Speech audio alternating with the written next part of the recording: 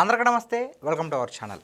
Present మనతో పాటు గెస్ట్గా ఉన్నారు పొలిటికల్ అనలిస్ట్ శ్రీనివాస్ గారు. సార్ నమస్తే అండి. నమస్కారం సార్, యూట్యూబర్ ప్రశ్న రావణ్ అరెస్ట్ అవ్వడానికి గల కారణం ఆయన నోటు దూరుసు, భావ ప్రకటన స్వేచ్ఛతో నోటికి ఎంత వస్తే అంత మాట్లాడడం, ఫర్ ఎగ్జాంపుల్ హిందుత్వం పైన వ్యతిరేకంగా మాట్లాడడం కావచ్చు, లేదంటే హెడ్మాని ఎంకరేజ్ చేయడం కావచ్చు. సో ఇటువంటి వివాదాస్పద వ్యాఖ్యల వల్ల అరెస్ట్ చేయడం జరిగింది. ప్రజెంట్ ఊప చట్టం కూడా పెట్టడం జరిగింది. అయితే ఇక్కడ నా డౌట్ ఏంటంటే, అసలు ఈ ప్రశ్న రావణ్కి వైసీపీ నేతలకి వైసీపీ పార్టీకి అసలు సంబంధం ఏంటి సార్? కొంతమంది ఏమో సపోర్ట్ చేస్తారు, ప్రశ్నారావుని గెలవాలి అంటారు, మేము గెలిపిస్తామని కొంతమంది అంటారు. కొంతమంది వైసీపీ నేతలు అసలు ప్రశ్నారావుని అంటే ఎవరు కూడా మాకు తెలియదు అంటున్నారు. అసలు ఈ స్టాండ్ ఏంటి? అసలు రెండు విషయాలు ప్రజల్లో తీసుకెళ్తారండి వీళ్ళు. వైసీపీ ఏ సక్సెస్ అవుద్దో చూసుకొని దాన్ని ఫాలో అవుతారు. అంటే ఒక నిజాన్ని తీసుకెళ్తారు, ఒక అబద్ధం తీసుకెళ్తారు, ఒక ట్రయల్ వెర్షన్ తీసుకెళ్తారు, అండ్ చిన్నగా వదులుతారు ఒకటి ఏదో ఒక విషయాన్ని. అది రిజల్ట్ ఎలా వస్తుందో చూసుకుంటారు. బాగుందనుకుంటే దాన్ని వైరల్ చేస్తారు. సో వీళ్ళు చాలా స్ట్రాటజిక్గా ఉంటాయి వీళ్ళ వ్యవహారాలన్నీ కూడా. సోషల్ మీడియా కూడా అలానే ఉంటుంది. ఎక్కడికక్కడే ఒక విషయాన్ని జనాల్లో తీసుకెళ్ళి ఆ రిజల్ట్ ఎలాగ ఉంటుందో చిన్న ట్రయల్ వేస్తారు. ఆ ట్రయల్ నుంచి వాళ్ళు బాగుందనుకుంటే కనుక దాన్ని ఇంకా సర్క్యులేట్ చేస్తారు. ఎంత బాగానే ఉంది, కానీ నిజం అబద్ధం ఒకేసారి తీసుకొస్తే ప్రజలు కన్ఫ్యూజ్ అవుతారు కదా. కన్ఫ్యూజ్ చేయడమే కదా వాళ్ళ ఉద్దేశమే. అది కన్ఫ్యూజ్ చేయాలి. కన్విన్స్ చేయలేరు వీళ్ళు. కన్విన్స్ చేయలేనప్పుడు ఏం చేస్తారు? కన్ఫ్యూజ్ చేయాలి. ఇదే వాళ్ళ స్ట్రాటజీ. అంటే మనం ఏదైనా ఉంటే ప్రజల్ని ఒక అభివృద్ధితోనో, ఒక ఉపాధి కల్పనతోనో, ఉద్యోగాలతోనో ఇవన్నీ మనం చేస్తున్నామంటే దాన్ని కన్విన్స్ చేసి ప్రజలను తీసుకెళ్తాం ముందుకి. ఆ కన్విన్స్ చేయడం అనేది వాళ్ళు తెలియనప్పుడు ఏం చేయాలి? కన్ఫ్యూజ్ చేయాలి. సో అదే వాళ్ళు చేస్తున్నది ఇప్పుడు. సో ఈ రోజు కాకపోయినా రేపటికైనా సరే ప్రజలకి అసలు నిజం తెలుస్తుంది కదా సార్. ఆ భయమన్నా వీళ్ళకి లేదంటారా? వీళ్ళ ధైర్యం ఏంటంటే ఆ టైంకి మళ్ళీ ఇంకోసారి కన్ఫ్యూజ్ చేయొచ్చు. అంటే అంటే వాళ్ళ ఉద్దేశం అంటే ప్రజలు గొర్రెలు, ప్రజలు వాళ్ళ ఉద్దేశం. అది మన ఉద్దేశం కాదు. అంటే ప్రజలు ఎప్పుడు విజ్ఞత కలవాళ్ళు, తెలివైన వాళ్ళని మనం అనుకుంటాం. సామాన్యులుగా మన ఉద్దేశాలు, మన భావజాలం అలా ఉంటుంది. కానీ వాళ్ళ ఉద్దేశం ఏంటంటే ఏ విధంగానైనా వాళ్ళని నమ్మించవచ్చు, ఏ విధంగానైనా వాళ్ళని కన్ఫ్యూజ్ చేయొచ్చు అనేది వాళ్ళ ఎజెండా. అందుకే కాబట్టి వాళ్ళు ఏం చేస్తారంటే వాళ్ళ సోషల్ మీడియా అంతా ఇదే సిద్ధాంతాన్ని ఫాలో అవుతుంటుంది. మీరు గమనించండి, ఏదన్నా ఒక నిజం ఉందనుకుంటే దాన్ని అబద్ధం చేస్తారు, ఏదైనా ఒక అబద్ధం ఉందంటే దాన్ని నిజం చేసే ప్రయత్నం చేస్తారు. సపోజ్ ఇప్పుడు ఏదన్నా గూగుల్ గురించి ఆ డేటా సెంటర్కి రావడానికి ముందు ఏంటంటే మాట్లాడు, అదేముంది గొడవను, ఆ గొడవల్లో ఏముంది, ఒక వాచ్మ్యాన్ ఉంటాడు, తర్వాత పొద్దున్న వస్తాడు, సాయంకాలం వెళ్ళిపోతాడు, ఏముంది అన్నట్టుగా చాలా వెటకారంగా మాట్లాడారు. అది వచ్చిన తర్వాత ఏం మాట్లాడుతున్నారు? దాని అంతటికి కూడా కారణం మొట్టమొదటి దానికి బీజం వేసిందే జగన్మోహన్ రెడ్డి, అంతకంటే ముందు బీజం వేసింది రాజశేఖర్ రెడ్డి, ఇంకా అంతకంటే ముందు బీజం వేసింది రాజారెడ్డి అని, ఇంకా వాళ్ళ తాత ఎవరు ఉంటే ఆ పేరు, అంటే సంబంధం లేకుండా మాట్లాడేసి అసలు అక్కడి నుంచే మేము స్టార్ట్ అయిపోయాం అంటారు. అంటే దాని పని అయిందనుకోండి, దాన్ని ఏమంటారు, వాళ్ళు క్రియేట్గా వేసుకుంటారు, చూస్తారు. క్రియేట్ చోరీ అని అంటాడు కదా ఎవరో జగన్మోహన్ రెడ్డి మాట్లాడితేనే, చేసేది అదనమాట.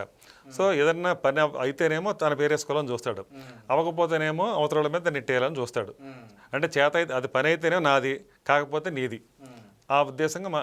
అంటే వీళ్ళు ఎలా ఉంటాయంటే ఇవి ఒక చీప్ పాలిటిక్స్ అని మనం కొట్టిపారేస్తుంటాం, కానీ అవే వాళ్ళ పాలిటిక్స్. సార్, మనం స్టార్టింగ్లో డిస్కస్ చేసుకున్నట్లు భావ ప్రకటన స్వేచ్ఛ అనే పేరుతో ఈ ప్రశ్న రావణ్ అనే వ్యక్తి అంటే ఒక సభ మీద కూడా ఎలా మాట్లాడాలో తెలియకుండా కొన్ని వ్యాఖ్యలు అయితే చేయడం జరిగింది.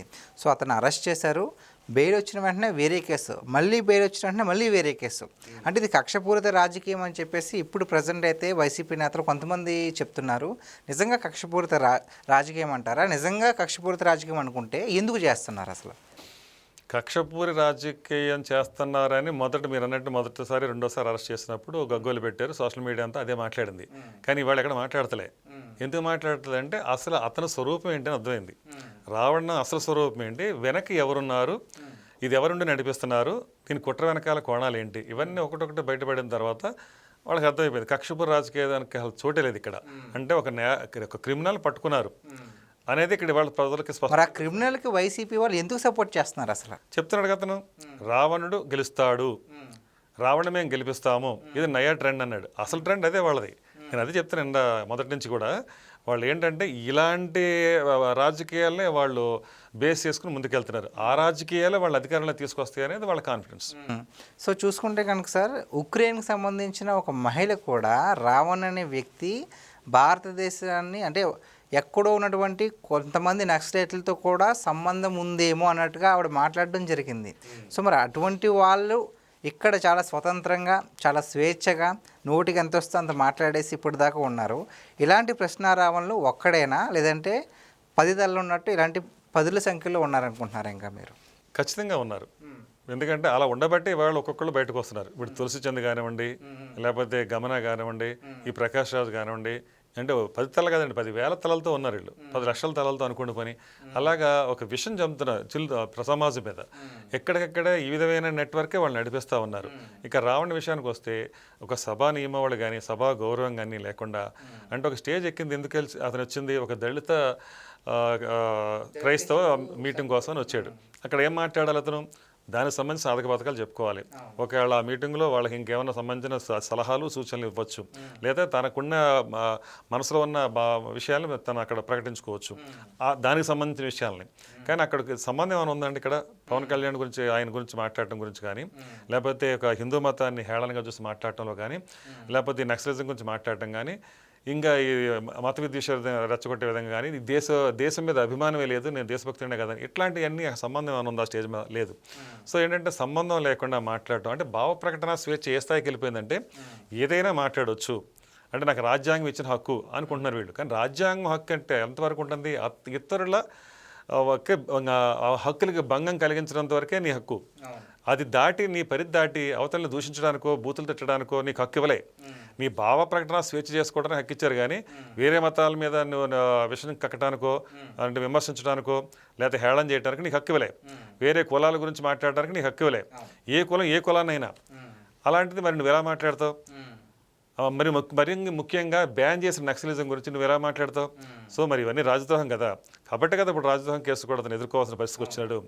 సో దీన్ని బట్టి ఏంటంటే ఇంకా వీళ్ళ వెనకాలండి మరి ఈ శ్రవణ్ కుమార్ లాంటి వాళ్ళు వీళ్ళందరూ ఏంటంటే న్యాయం వైపు ఉన్నామా అన్యాయం వైపు ఉన్నామా, ఇటువైపు మనం వాదిస్తున్నాం అనేది కూడా చూడాలి. ఇప్పుడు శ్రవణ్ కుమార్ కూడా అవుట్, ఒక వికెట్ పడింది, ఇప్పుడు కొత్త వికెట్ వచ్చింది. సో పొన్నవల సుధాకర్ రెడ్డి. సో పొన్నవల సుధాకర్ రెడ్డి పంతానం ఏంటో కూడా మనం చూసిన వాళ్ళమే. ఏ కేసు అతను నెగ్గింది లేదు, ముందుకు తీసుకెళ్ళగలిగింది లేదు. ఈ శ్రవణ్ కుమార్ పరిస్థితి కూడా అంతే. మొన్న ఈ మధ్యకాలంలో అతను ఎన్నో 2-3 కేసులు పడ్డాడు.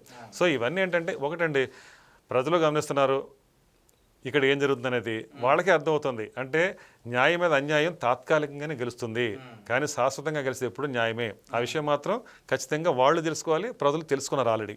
సో ఇది సెక్యులర్ దేశం సార్ మనది. భిన్నత్వంలో ఏకత్వం అనేది మనం చిన్నప్పటి నుంచి వింటున్నాము.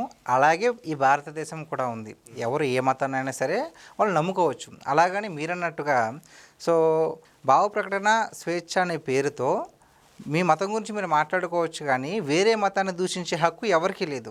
సో మరి అటువంటి ధోరణి ఉన్న ఈ ప్రశ్న రావణ్ కావచ్చు, లేదంటే మీరు రీసెంట్గా చెప్పారు ఎవరు తులసి చంద్ అనే ఒక ఆవిడ. సో ఆవిడ పేరు తులసి చంద్ కాదు, ఒక క్రిస్టియన్ ఆవిడ. మరి ఇలాంటి పేర్లు పెట్టుకుని ఎందుకు చేస్తున్నారు అని చెప్పేసి సార్ ఒక్కసారి ఆలోచిస్తే ఇలాంటి వాళ్ళు చాలామంది ఇంకా ఈ డిజిటల్ మీడియాలో ఉన్నారా, లేదంటే సోషల్ మీడియాలో ఉన్నారా, వాళ్ళు ఏ విధంగా ఇన్ఫ్లుయెన్స్ చేస్తున్నారు, వాళ్ళు ఇన్ఫ్లుయెన్స్ చేస్తే కనుక ఏదైనా మార్పు వచ్చే అవకాశం ఉందంటారా? ప్రజెంట్ ఉన్న హిందూ మతంలో కావచ్చు, లేదంటే దేశపరంగా కావచ్చు, వాళ్ళ మెంటాలిటీలో మార్పులు వచ్చే అవకాశం ఉందంటారా ఇటువంటి ఈ ప్రశ్న రావణ్ లాంటి, ఈ తులసి చంద్ లాంటి ఇన్ఫ్లుయెన్సర్ల వల్ల? ఖచ్చితంగా ప్రశ్న రావణ్ ఒక ప్రశ్న సమాజానికి ఇచ్చాడు. అంటే ఎలాంటి ఊసల విల్లలు ఉంటారు సోషల్ మీడియా ముసుగులో, ఎలాంటి రంగులు మారుస్తూ ఉంటారు. ఇప్పుడు మీరు అన్నట్టు తులసి చంద్ అసలు పేరు అదే, కానీ ఆవిడ ఒక క్రిస్టియన్ అంటున్నారు, ఒక క్రిస్టియన్ మతానికి సంబంధించిన ఆవిడ అంటున్నారు. సో అలాగే ఇప్పుడు జోసెఫ్ రావణ్ అనే విషయం ఎంతమంది తెలుసు, మన వరకు తెలియదు. సో ఇలాగా మీరన్నట్టు బయట ప్రపంచానికి ఏమో ఒకలాగా కనిపిస్తూ, వాళ్ళ అసలు స్వరూపం వేరేగా ఉంటూ, వాళ్ళ అసలు స్వభావం వేరేగా ఉంటూ, వాళ్ళ ప్రవర్తన వాళ్ళ భావజాలు వేరేగా ఉంటూ ఒక సమాజాన్ని ఏ విధంగా ప్రభావితం చేస్తున్నారనడానికి ఇవన్నీ ఎగ్జాంపుల్స్. సో ఏదైనా జరిగితే అది అంతా మన మంచిగా అంటారు కదండి. సో ఇవాళ రావణ విషయంలో జరిగింది సమాజానికి మంచి, చెడు కాదు. ఎందుకంటే తప్పుదారి పట్టిస్తున్న వాళ్ళకి మనం ఇన్ఫ్లుయెన్స్ అవుతున్నామా అంటే, ఇలాంటి సమాజంలో ఇలాంటి వాళ్ళు మన ఇన్ఫ్లుయెన్స్ చేసి మనని తప్పుదారి పట్టేస్తారా అని సమాజానికి అర్థం అవడానికి చేసిన పరిస్థితి కనిపిస్తుంది మనకి. సో వీళ్ళందరి వల్ల చెడు జరిగింది ఎంతైతే ఉందో మంచి జరిగింది కూడా అంతకు 10 ఉందని చెప్పుకోవచ్చు. కాబట్టే కదా ఇవాళ తులసి చంద్ అంటే ఎలాంటి వ్యక్తి మనకు అర్థమైంది, కాబట్టే కదా గమన అనే వ్యక్తి అంటే ఎవరు అర్థమైంది, కాబట్టే కదా ప్రకాష్ రాజ్ ఎలాంటి వ్యక్తి అర్థమైంది, కాబట్టే కదా ఈ శ్రవణ్ కుమార్ వెనకాల ఉన్న ఎజెండా ఏంటో అర్థమైంది, కాబట్టే కదా ఈ రావణ్ ఎలాంటి వ్యక్తి అతను ఎంతమంది మరి అమ్మాయిల్ని మహిళల్ని వేధించాడు, ఎంతమంది బ్లాక్మెయిల్ చేశాడు, ఎంతమంది మనోవ్యాధిని గురి చేశాడు, ఎంతమంది ఉసురు పోసుకున్నాడు, ఎంతమంది డబ్బులు తీసుకున్నాడు, అసలు అతని స్వభావం ఏంటి, అతని భావజాలం ఏంటి, కరుడుగట్టిన అతని భావజాలం వెనక ఉన్న ఈ సైకోయిజం ఏంటి, దాని వెనకాల ఉన్న సూత్రధారులు ఎవరు, ఈ పాత్రధారులు వెనక ఉన్న అసలు కపట నాటకం ఆడించే వాళ్ళు ఎవరు అన్నీ మరి బయటకు వచ్చినాయి కదా. ఇవన్నీ రావడానికి కదా ఇప్పుడు జరిగింది ఇదంతా. అంటే దీన్ని బట్టి ఏంటంటే ఏ చెడు వెనకాలన్న మంచి ఖచ్చితంగా ఉంటుంది. సో దీనివల్ల ఇవాళ మొత్తం అంతా గుట్టంతా బయటపడింది. కలుగులో పొగ పెడితే మొత్తం ఎలకలలా బయటకు వచ్చినట్టు ఇవాళ ఒక్కొక్కటి విషయాలు బయటకు వస్తున్నాయి. విస్తు గొలిపే విషయాలని రేపు పొద్దున అందరూ తెలుసుకోబోతున్నారని పోలీస్ శాఖ అంటుంది. ఎందుకంటే వాళ్ళకి వచ్చిన వీడియోలు కానివ్వండి, వాళ్ళకి వచ్చిన సమాచారం కానివ్వండి, చాలా పటిష్టమైన సమాచారం వచ్చింది. నిన్న కూడా ఇంట్లో సోదాలు చేస్తే కూడా చాలా విషయాలు బయటకు వచ్చినాయి అంటున్నారు. ఇప్పుడు అంతా అప్స్కాండ్ కదండి. ఇప్పుడు ఈ తులసి చంద ఎక్కడ ఉందో వాళ్ళకి తెలియని పరిస్థితి. మరి ఉండాలి కదా. రోజు సోషల్ మీడియాలో ఊరికే రెచ్చిపోయిన ఈ జనం వీళ్ళంతా మరి వాళ్ళు ఎక్కడున్నారు, అజ్ఞాతవాసంలోకి వెళ్ళిపోయారు కదా. సో ఇదంతా కూడా ఒక రకంగా మంచి జరిగింది, సమాజానికి మేలే. ఎందుకంటే ఇలాంటి చీడపురుగులు ఉంటారు, సోషల్ మీడియా పేరుతో ఇలాంటి వాళ్ళు ఉంటారు, ఇలాంటి వాళ్ళు సమాజాన్ని పక్కదారి పట్టిస్తూ ఉంటారు. మనం అప్రమత్తంగా ఉండాలని ఒక ప్రజలకి ఇది ఒక హెచ్చరిక. అదేవిధంగా ఇంకో పక్కకు చూసుకుంటే చంద్రబాబు నాయుడు గారు నిన్న ఒక టాస్క్ ఫోర్స్ పెట్టారు. ఎందుకంటే దీనికి ఎట్టి పరిస్థితుల్లోనూ ఒక అడ్డుకట్ట వెయ్యాలి. ఎందుకంటే చాలా ఉదాసీనంగా ఉంటున్నారనేది ఒక చిన్న చెడ్డ పేరు కూడా వచ్చింది కూటమికి. చెడ్డ పేరు అని అంటాక కాదు, ఒక మంచితనం, ఒక చేతకంతనం కింద కనిపెడింది ఇవాళ. ఆ విధంగా ఏంటంటే వాళ్ళు వచ్చిన దగ్గర నుంచి ఎంతసేపు అభివృద్ధి, ఆ పరిశ్రమ తెద్దామా, ఈ ఫ్యాక్టరీ తెద్దామా, ఈ పెట్టుబడులు పట్టుకొద్దామా, ఈ ఉద్యోగాలు కల్పిద్దామా, ఈ ఉపాధి కల్పించుదామా, ప్రజలను చైతన్యం చేద్దాం, విద్యావంతులు చేద్దాం, ఉద్యోగాలు కల్పిద్దాం, ఇంకా ఎంతసేపు అదే అభివృద్ధి. ఇలా వెళ్తున్న క్రమంలో వెనకుండి వీళ్ళు చేస్తున్న కార్యక్రమాల విషయంలో దృష్టి పెట్టలేదు నిజానికి. సో చేసుకునేవాడు చేసుకుంటారు పోతుంటాడు, చేతకానుడు ఏం చేస్తాడు, చెడగొడతా చూస్తాడు. ఇప్పుడు వాళ్ళు అదే చేస్తున్నారు. ఏదో విధంగా అప్రతిష్ట పాలు చేయాలి, ప్రభుత్వాన్ని ఏదో విధంగా అస్థిరపరచాలి అని వీళ్ళ ఎజెండాతో ఇలాంటి వాళ్ళందరినీ ముందు తీసుకొచ్చి ఈ రకమైన నాటకాలు తెరదీశారు. సో ఇప్పుడు ఏం చేస్తుందంటే కూటమి ప్రభుత్వం అలర్ట్ అయింది. సో కార్యకర్తలు కూడా ఒక అసంతృప్తి వచ్చింది. జనసేన కార్యకర్తలు కానివ్వండి, లేకపోతే తెలుగుదేశం కార్యకర్తలు కానివ్వండి, బీజేపీ కార్యకర్తలు కానివ్వండి, సామాన్య ప్రజల్లో కానివ్వండి, అందరికీ ఏంటంటే ఎందుకు ఇలా ఉదాసీనంగా ఉంటున్నారు వీళ్ళు అంటే, ఇలా రెచ్చిపోతుంటే కూడా కాలు మీద కాలేసి కూర్చొని వాళ్ళు సమాధానం చెప్తున్నారు రావడం, ఆ బెయిల్ మీద వచ్చారు ఏం బిగుతారు అని మాట్లాడటం కానివ్వండి, అంటే ఎంటుకు ముక్కలాగా చూస్తాను ప్రభుత్వాన్ని కానీ, వ్యవస్థలను కానీ, చట్టాన్ని కానీ. ఆ విధమైన వాళ్ళ భావజాలను చూస్తుంటే ప్రజల్లో ఒక నిస్పృహ నిస్తేజం వచ్చేసింది. అంటే ఏమి చేయలేరా, ఇలాంటి నేరస్తుల్ని కూడా ఏం పట్టించుకోకుండా వదిలేస్తుందా చట్టం, ప్రభుత్వాలు కూడా ఏం చేయలేకుండా చేతకంతనంగా చూస్తూ ఉంటాయా అనేలాంటి ఒక భావం, అంటే ఒక అర్థం ప్రజల్లోకి వెళ్ళకూడదు. అది తప్పుడు సంకేతాలు అందిస్తుంది. సో దానికి ఇంకా ముగింపు ఇచ్చారనుకోవాలి నిన్న. కాబట్టి నిన్న అందరూ కలిసి సమావేశం చేసుకుని లేదు దీనికి ఇంకా అడ్డుకట్ట వేయాలి, లేకపోతే ఈ దుష్ప్రచారాలే అసలు నిజం అనుకునే పరిస్థితి ప్రజల్లోకి వస్తుంది. రెండోది ఏంటంటే ఎంతోమంది మనోభావాలు దెబ్బతింటున్నాయి, ఎవరిని వదిలిపెట్టట్లేదు. కింద స్థాయి నుంచి కార్యకర్త నుంచి సీఎం వరకు, అంటే డిప్యూటీ సీఎం ఎవరిని వదిలిపెడుతున్నారండి వీళ్ళు. అందరి మీద దుష్ప్రచారం, వాళ్ళ మీద అవాకులు చవాకులు, వ్యక్తిత్వ హననం, ఇవన్నీ ఈ రకమైన విద్వేషపూరితమైన ప్రసంగాలు, వీడియోలు చేస్తున్నారు. సో దీనికి ఇంకా అడ్డుకట్టేయాలనుకుని నిన్న డెఫినెట్గా నిర్ణయం తీసుకుని టాస్క్ ఫోర్స్ పెట్టారు. సో ఈసారైనా కఠినమైన నిర్ణయాలు తీసుకుని కఠినమైన చట్టాన్ని అమలు చేస్తే కనుక రాబోయే రోజుల్లో సోషల్ మీడియా డెఫినెట్గా ఒక కంట్రోల్లో ఉంటుందని మనం ఆశించవచ్చు. చూసారు కదండి, ప్రశ్న రావల్ లాంటి ఇలాంటి వ్యక్తులకి సరైన శిక్ష పడితేనే రేపొద్దున్న ఎలాంటి చెడు ఆలోచనలు ఉన్న ఎవరైనా సరే ఇటువంటి సాహసాలు చేయడానికి భయపడతారు అని చెప్పేసి శ్రీనివాస్ గారు చెప్తున్నారు. మరి ఈ వీడియో పైన, ఈ అంశం పైన మీ విలువైన అభిప్రాయాన్ని కామెంట్ రూపంలో తెలియజేయండి. Thank you sir. నమస్కారం.